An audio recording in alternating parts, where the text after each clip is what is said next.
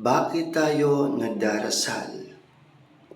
Ang panalangin ay naging mahalagang bahagi na ng Ebanghelyo sa simula pa lamang ng mundo. Isang anghel ng Panginoon ang nag-utos kina Adan at Eva na magsisi at manawagan sa Diyos sa pangalan ng anak. Hindi kailanman inalis ang utos na ito.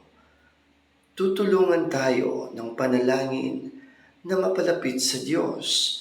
Lahat ng ating iniisip, sinasabi at ginagawa ay naiimpluwensyahan ng ating mga panalangin.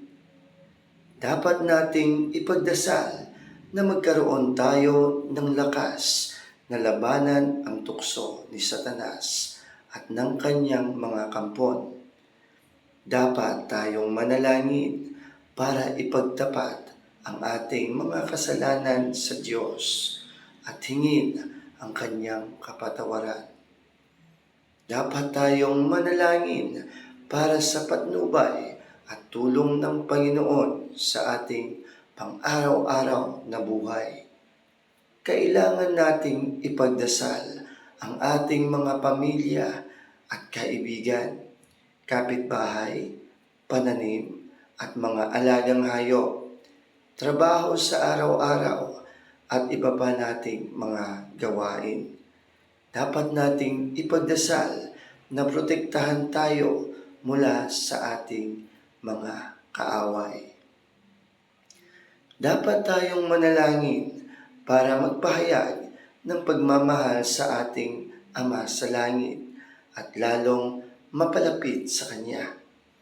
Dapat tayong manalangin sa ating Ama para pasalamatan Siya sa ating kapakanan at kaginhawaan at sa lahat ng bagay na ibinigay Niya sa atin sa bawat araw. Makikita ito sa mga unang mga taga-Tesalonica 5, versikulo 18.